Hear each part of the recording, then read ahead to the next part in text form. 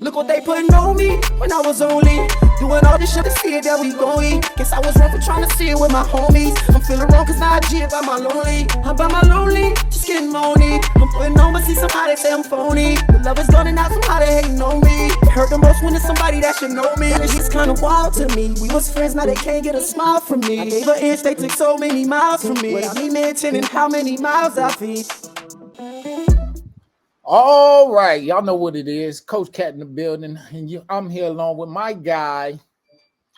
Deep G from the Seal, man. Y'all already know how we rock it. And this is the Seals Top 15 National Team Spotlights.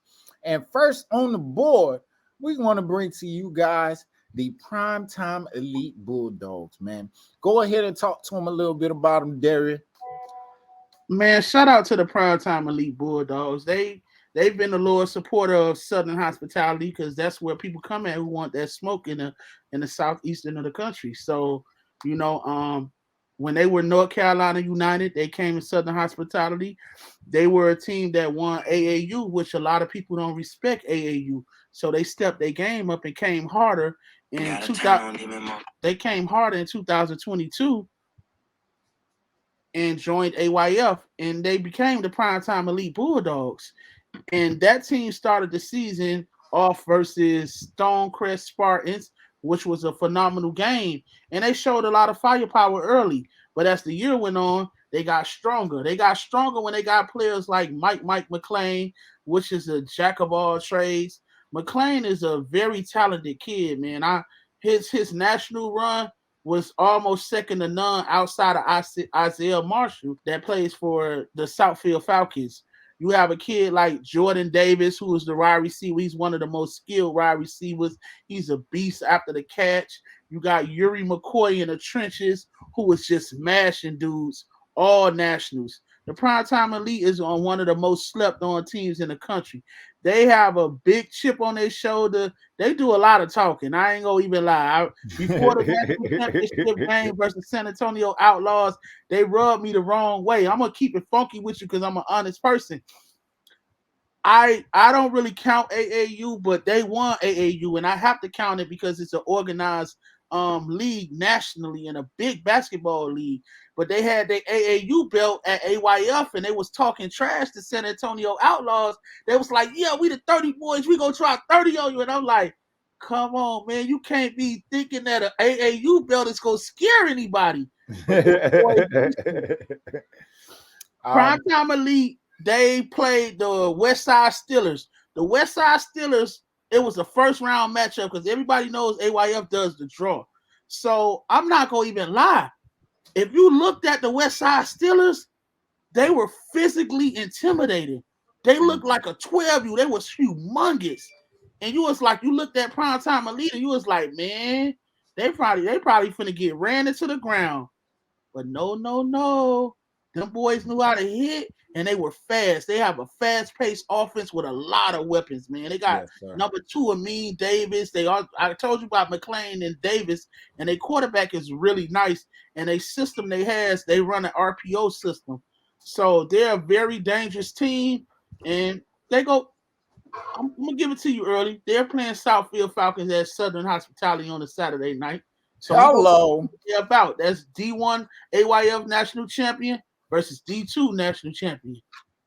Okay, we're not going to get into your prediction just yet, but by all means, where do you see this team ending up at the end of the year? I would expect that they go back to AYF, but actually in the D1 bracket. Do you see them coming back to nationals, or not even making it?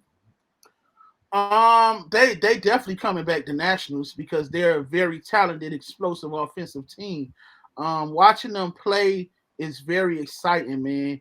Like this day and era, when you're able to watch these coaches who teach these kids things that's going to benefit them on the next level, it's awesome. And their offense, you have to account for O-line and D-line aren't slouches either.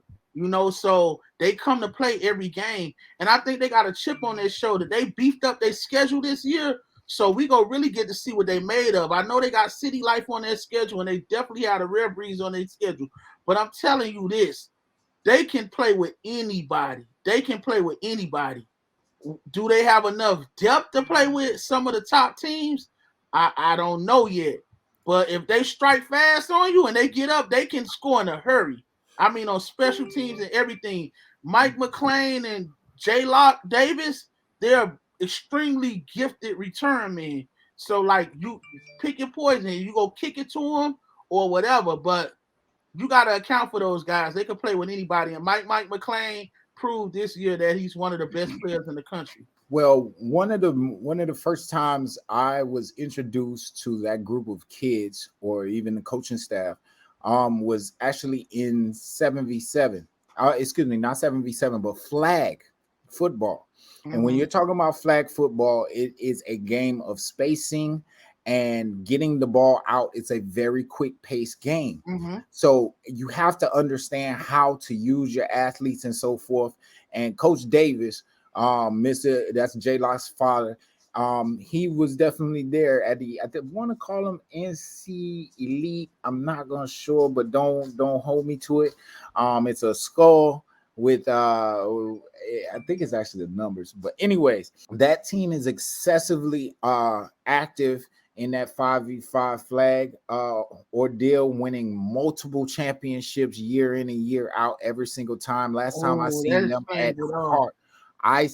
them at hard count 5v5 national champions, and they did win the national championship there as well. That explains a lot.